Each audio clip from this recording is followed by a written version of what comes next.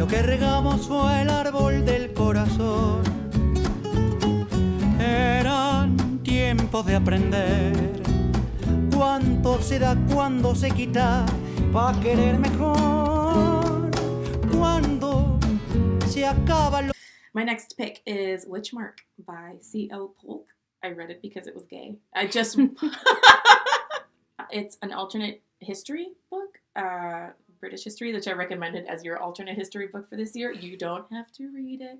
However, so the main character is this doctor who ran away from his family because in this setting, the way that magic works is you need another person to help you perform it, but that other person is basically bound to you and works as like your battery while you. Sounds awful. Which is why he left, and so there's that whole drama. He doesn't want to be discovered because there are means through which his family can like pin him down and make him stay. So there's a murder mystery and there's romance because I was rooting for him and for all of the things. I wanted him to succeed in his medical practice. I wanted him to stay hidden. I wanted him to give in to, because he was like, I don't want to do this. I don't want to do this. Not because of like, I don't think gay panic or anything, but because like he's like, I'm not ready to be with someone right now. And the other guy's just like with his braid, just like flirting. And I was like, dude, come on. I'm so excited. The next book is coming out this year. It's not a series. It's like standalone. But it's still in the same universe. I'm ready to go back. I'm ready to come back and be in this world. So my next book is The Terrible by Yrsa Daley Ward. She, like Elizabeth Acevedo, she is also a poet. She does shorter poetry, like what people refer to as like Instagram poetry. Tumblr poet. Yeah, well, she's actually not on Tumblr. It's just all on Instagram. Yeah, but people use that like as derogatory. Yeah, like they're like a lesser poet. She writes kind of short, very sparse, to the point poetry, and I guess a lot of people aren't into that sort of thing. You know, there's no flowery language. You know, sometimes the similes and the metaphors that she uses are very just like in your face. You know, there's nothing like beautiful about them. But I really like her poetry, and I had followed her online for a while. She has a couple of other little poetry chapbooks that I had read. But this was actually her first novel, and Chris gave it to me for my birthday. It's kind of a lyrical memoir. So some parts were written kind of like essays. Some parts were just straight up poetry. It was just kind of whatever she was feeling for that chapter or that part of her life. And it was really interesting for me because she writes about a lot of personal stuff in her poetry. So I could kind of guess at a lot of the things that she had lived through. She spent most of her life in England, I believe, even though that's not where her family is originally from.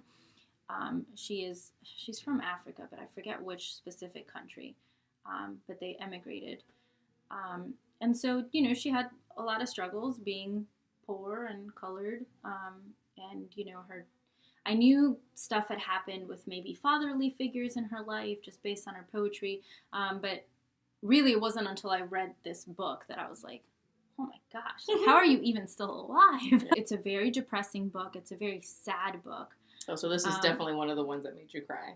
Yeah, it definitely made me cry. It was very sad. I think it touched me deeper because I felt like this is someone I know. This is someone whose work I've admired for a really long time, and now I'm getting this glimpse into her personal life, written in a very beautiful way, but, you know, it's just very sad and very dark, and, you know, trigger warning, you know, suicide and eating disorders and self-harm and rape and pretty much like anything you can think of, it's in this book. So if you were triggered by any of those things, don't read it. But I really like it. I just sort of assumed that everybody loved Yrsa Daley Ward, but then when I was looking up book reviews on YouTube to make sure I was pronouncing the name right, apparently a lot of people hate The Terrible and hate her for being an Insta poet. So I don't know. I may be in the minority here, but I really love the book. And yeah, this is your list. Yeah, if you like her poetry already, or if you've never heard of her, go check her out. I don't think I'd read something like that. I would. I know, you get too sad. I do. Chris seeks out really like weird books, and I do too, but not as much. I mostly seek out just sad books. Yeah, and then if something weird, if something sad it happens to in be those weird and sad, we both read it. So the next book that I have on my list, you have it, but as an honorable mention, I think, or you've read it also. It's The Seven Husbands of Evelyn Hugo. I have read it. I didn't get to. I was just mad that you were adding so many honorable mentions. Well, anyway, I didn't put it on any list, but I did read it, Internet, and I did like it very, very much. Anyway, I love this book. So if you ever listen to the podcast, you must remember this.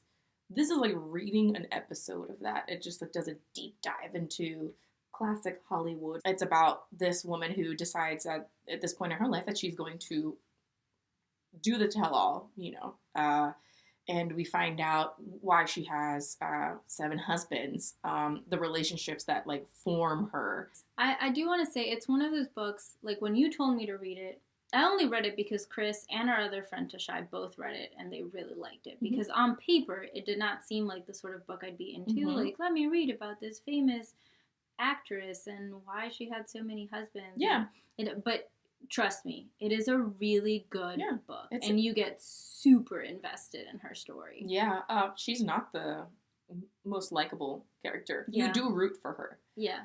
But she's not the most likable character. Some decisions that she makes my heart. are a little bit frustrating, but it fleshed her out. It made her seem real. I kept picturing Elizabeth Taylor, Marilyn Monroe as well. It just kind of like a mashup of the grand, tragic life of a Hollywood starlet. So I have a 2-part.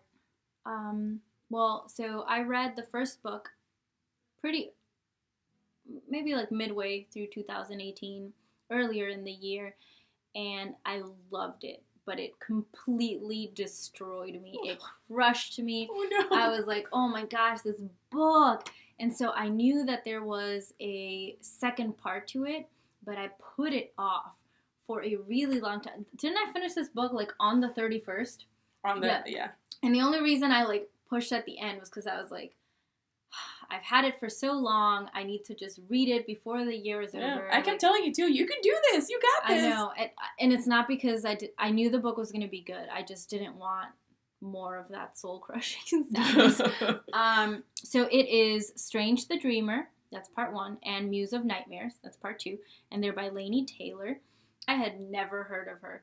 The only reason I picked up Strange the Dreamer was because I have a blog, and one of my blog readers knows that I like to read and was like, you should read this book because I just read it and it destroyed me. No. And, and you're like, it destroyed you. I must have it destroy me. The book follows this boy who is an orphan. He grows up in this monastery, and then as a teenager, he manages to work his way into being this apprentice at a library. And, he does research on this hidden place. He's obsessed with it. He thinks it's real. Nobody else thinks any of this exists, but he does all of this research. He uses the library, looks up all of these old records, manages to somehow decipher their entire alphabet, which no one has ever done before, teaches himself the language. And then one day, this is not a spoiler, this is the beginning of the book, one day, they show up and they're like, we need these people to help us with these things, so we will take you there. And they're recruiting all of the best people who work with metals and people who build flying shit, and he just pushes his way in there. And they're so impressed with the fact that he can speak their language and he knows all of these things that they're like, you know what, I'll take you as my little servant assistant boy, and he goes on this magical journey with them, and a ton of shit goes down that I'm not even going to try to explain. Well, but see, it's, before when you're like, this would destroy me, I was like, yeah, I don't think I could read this. But now this sounds a lot like the Lost City of Atlantis with Milo Thatch and the ragtag. So now I'm definitely reading it. Now I'm like, oh, well, tell me more. Go on. It's so good. So then it's parallel stories, because you have his story, and then all the while you have the story of these orphan god babies in this floating thing in the sky. And you know that all of the big gods were killed in this epic battle, but the little babies don't really know what happened. They don't really know what's going on. So you have these parallel stories. they're not really babies. They've been there for hundreds of years, but like their bodies. So you just alternate between these two stories, and eventually, obviously, you know, they come together. There's romance. It was great. And so obviously it ends in this like terrible, heartbreaking cliffhanger type thing, and that's where the second book picks up. And I don't want to say anything about the second book because there's no way to without spoilers. But great set of 2 books, and I was very satisfied with the ending. So if you're one of those people who's like, I can't, because they're very long books. Yeah, so if you're worried of like going through all of this only to just be left weeping in a corner after, don't worry. Like, push through it. Push through it. I mean, you still might be weeping in the corner. You might be weeping. You will have closure. Yes. My next book is The Collapsing Empire by John Scalzi. This is the new series. I think I have the next one here. It's called The Consuming Fire. I picked it up on a whim. I wanted to read something sci-fi. I don't think I had read a sci-fi book since The Stars Are Legion in this past year. And so I said, I want to pick something up. I know I love Scalzi. And I don't know why I stayed away for so long. It was so good. The setup is that there is a network of planets that are connected through like this like space highway. I'm just going to really simplify it. And they're called the interdependency because one planet cannot kind of like survive on its own. It's going to need the resources of the other planet. They all thrive. It's kind of like if I shine, you shine type of thing. Like I survive and you survive and so on and so forth. They all support each other. Turns out that's a scam. And I was here for, you know, as a, you know, the political background and coming from Puerto Rico, being like, you know, this like self-serving government kind of like being called on its bullshit and, you know, being exposed as a self-serving government. There's like these 2, I forget their names, but there's like this mother and daughter who are just complete badasses and they just curse so much. I was so here for how much of a badass they were, how smart, they're just quick, ambitious, and foul-mouthed they both were. And so out of all of the characters, those 2 were the ones that I was like, oh, what's going to happen with them? And I loved it. It was a great book, and I'm really looking forward to reading the next one. I'm like about halfway through. It's also good. It introduces new characters. I don't know where the story is going to go, but the interdependency is failing. It's going to close off. And so the planets are obviously, everyone is fucked, and they have to like scramble to try and figure out. No, this is still in the first book. And it's not, this happens again in the first few pages where it's like, oh shit, it's failing. And it's like them figuring it out, and then this new like leader figuring shit out and being like, oh fuck, you know, it just doesn't work how I thought it did. Like her dad was like the emperor or the emperox, and she's the new one. Emperox. And, you know, she talks to, like, the previous ones, and then she finds out, oh, it's a scam. And I'm not even giving away anything of the story. Yeah. It's pretty clear from the get-go. But it was a fun ride, and even though you knew what was going to happen, not going to happen, but, like, you know the gist of it, it's still exciting to get to the end, and, okay, what's going to happen now? Oh my gosh. So the next one on my list is In the Distance by Hernan Diaz. I'm always clicking on these lists of like best books of the year, best whatever. And I clicked on this list. I think it was on Goodreads. And they had this book and they described it as a Western. They were basically saying it was like this masterpiece of literature and all these things. And I was like, that's really interesting. I'll check it out. A lot of people compared it to Cormac McCarthy, but like better. So, I mean, I've enjoyed some Cormac McCarthy books. I haven't enjoyed others, so I thought I'd give it a shot. It was fantastic.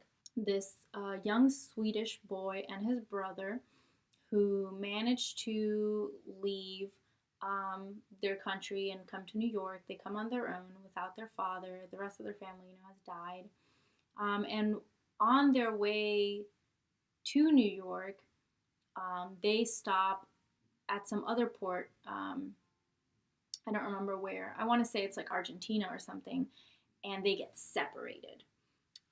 And so, you know, they don't speak English, they don't speak Spanish, they don't speak any language that, you know, might get them any help. You know, Swedish is a little uncommon there. And so they get separated. The younger brother starts asking people about boats going to America. Obviously, he doesn't specify New York because he just to him, it's like America, whatever. Mhm. So he ends up getting on this boat, can't find his brother, assumes his brother's on another boat, they'll meet up, but actually the boat takes him to California. We assume the brother makes it to New York. We don't actually know. And so the whole book is this boy trying to make it to New York to meet up with his brother, but it follows him throughout his whole lifetime, all the way up to him being a man. This was back when people were just starting to do their pilgrimages out west for land and stuff. So obviously you don't have any transportation but horses and, covered wagons or whatever. But when he starts out, he doesn't have anything. He doesn't have a penny to his name. Mm-hmm. So he starts traveling with this family of miners and mining, not miners. He ends up with a bunch of unsavory characters along the way, and probably for most of the years that are covered in this book, he's completely on his own, just out there making fires, making habitats, surviving on his own, not talking to anyone. Everyone in the book calls him Hawk because it's the closest approximation to his name that people get. Mm-hmm. So it's a really lonely book, and it's kind of a survival book, but then it's also really violent. When he does have interactions with people, bad things tend to happen. And so as he gets older, he ends up getting this reputation. People tell myths about him, about this huge man, because he's crazy, crazy tall. They tell crazy stories about him and all the people he's killed and all the stuff that he's done. He just becomes this symbol for people. And I won't tell you what happens at the end, but the whole book... Tell me off the camera. No, but the whole book, you're just... he's probably never going to meet up with his brother because it's been 40 years or I'm whatever. Already crying. I'm already upset. But you want him to so bad because that's the only thing he's holding on to. And he does have some genuine relationships in the book. Very few, but it's just... that book just stayed with me. I agree with them. It is a much, much better comic book. It is what it is. So if you're into Westerns, if you're into outdoor survival, this book was fantastic. And it's the first novel by this author. He's written more academic stuff. This is his first book, and I can't wait to see what else he writes. I was particularly into, when this character comes to the States, he doesn't know any English. So the author does a really good job of, it'd be really easy to let the reader know everything that everyone is saying and not have the character know. But he makes sure that if he doesn't know, you don't know. Okay. So a lot of the times you're also guessing at, if he catches a word or here or there, then that's what you hear too. So you're really as lost as him, and you're like, oh God, I don't know what these people are doing. I feel like they're probably really nefarious. This is not going to end well. It was so good. This book surprised me. It starts off slow, and so I think I picked it up, read one chapter, and I was like, oh, this might be interesting. We'll see. And then the next time I picked it up, I was like, Chris, this is amazing. So I think if I'm looking at my list correctly, this is my last book. Yeah. So, this is nonfiction. This is I'll Be Gone in the Dark, One Woman's Obsessive Search for the Golden State Killer by Michelle McNamara. And I don't know if you remember that, she had been writing this book for a really long time. She had a true crime blog. She was married to Patton Oswalt. And she was working on this book for a long time, but she died before it was published. Oh, it's one of the reasons why I picked it up, this whole context. Yeah. But also a lot of the work that went into solving this case was because of this book. Police investigating, looking back into this series of rapes and stuff. They caught the guy. They caught him through this DNA service. He didn't do the swab or whatever, but one of his relatives did, and through some sort of genetic backtracking, they pinpointed who it was. Boom, they caught the Golden State guy. I was like, what the fuck? What? It's crazy. So I decided to read it with the knowledge that the case had been solved, that she had died before it was published. And I just figured that it was going to be, a case by case, what happened. And I was in for so much more of an emotional ride than I was expecting. So Okay, I'll read it. there are a lot of inserts where she's talking about her journey in writing this book, you know, the habits and things that she develops. She talks about her parents. She talks about growing up and discovering her love of crime, like crime reporting and whatnot. And then also there are inserts where, because she didn't finish this book, other people like stepped in to like tidy it up and clean it up or whatever, and they do like corrections or like they say this is an assumption that she made, and there's the foreword is by Gillian Flynn. Yeah, she writes the foreword, but it's one of those books that's like, you know, like very viscerally. Just, why didn't you recommend it to me? I did. No, you didn't. I feel like I did. You did not. I'm pretty sure I did. You didn't. That's okay. I'll take the recommendation alongside the rest of the internet. Okay. And so and then the epilogue, not the epilogue, but the last little thing is written by her husband. And if you're listening to the audiobook, it's like he's reading it, and oh my god, and the daughter, you know, because they have a kid, kid together. Is this good as an audiobook? Yes. Okay. I really enjoyed it. I mean, so maybe I'll save it, because internet, I am moving, and once I move, I will have probably like an hour commute to work. So this might be a good audiobook to start. I know that I recommended this book to my sister. She doesn't read as often as we do, but she does read. She read the whole thing. You know, okay. She listened to the whole thing. I'll do an audiobook. That'll be a good. It didn't keep me awake. Yeah, it didn't. It wasn't just like this is the case. It was like, this is the case, but also this is the author. This is what was happening. This might have been a mistake. This is the correct. This is the case, and it just is such a complete picture. It's very sets the bar, I guess, for like true crime books from now in the future. Cool. Excellent book. I think that if you don't like true crime, this would be a good place to start. Okay. And if you do, this is still a great book. Check it out. What the fuck are you doing? Don't sleep on it. Let's go. All right. Well, I only have one book left too, and it's Spinning Silver by Naomi Novik. And I became acquainted with this author 2017 or 2016. During one, we have a book club. If you don't already follow us, but if you're on our channel, you're right. So we read Uprooted for book club, and Chris wasn't a huge fan, but I really, really liked it. And so this is another book by the author. It's not a sequel or anything like it, but because I liked the other one, I was like, let me check it out. Would you say it's a spiritual sequel? Like it's in the same kind of like vein, storytelling wise? I mean, it's magic. That's it? I wouldn't, and there's forests in it. But never mind. I don't know. I wouldn't say if I hadn't read Uprooted, or I guess having read Uprooted, I wouldn't automatically think they were both taking place in the same world. But Spinning Silver was really cool. I thought I liked it way better than Uprooted because, first of all, it's a very female-centric book. So it follows the three main characters who are all women in different places, different classes, have different talents and different jobs, but they're all like connected in ways that are not immediately apparent at the beginning of the book, but become apparent at the end. And I love books like that where I'm like, I know these three tales are gonna like intertwine, but I don't know how yet.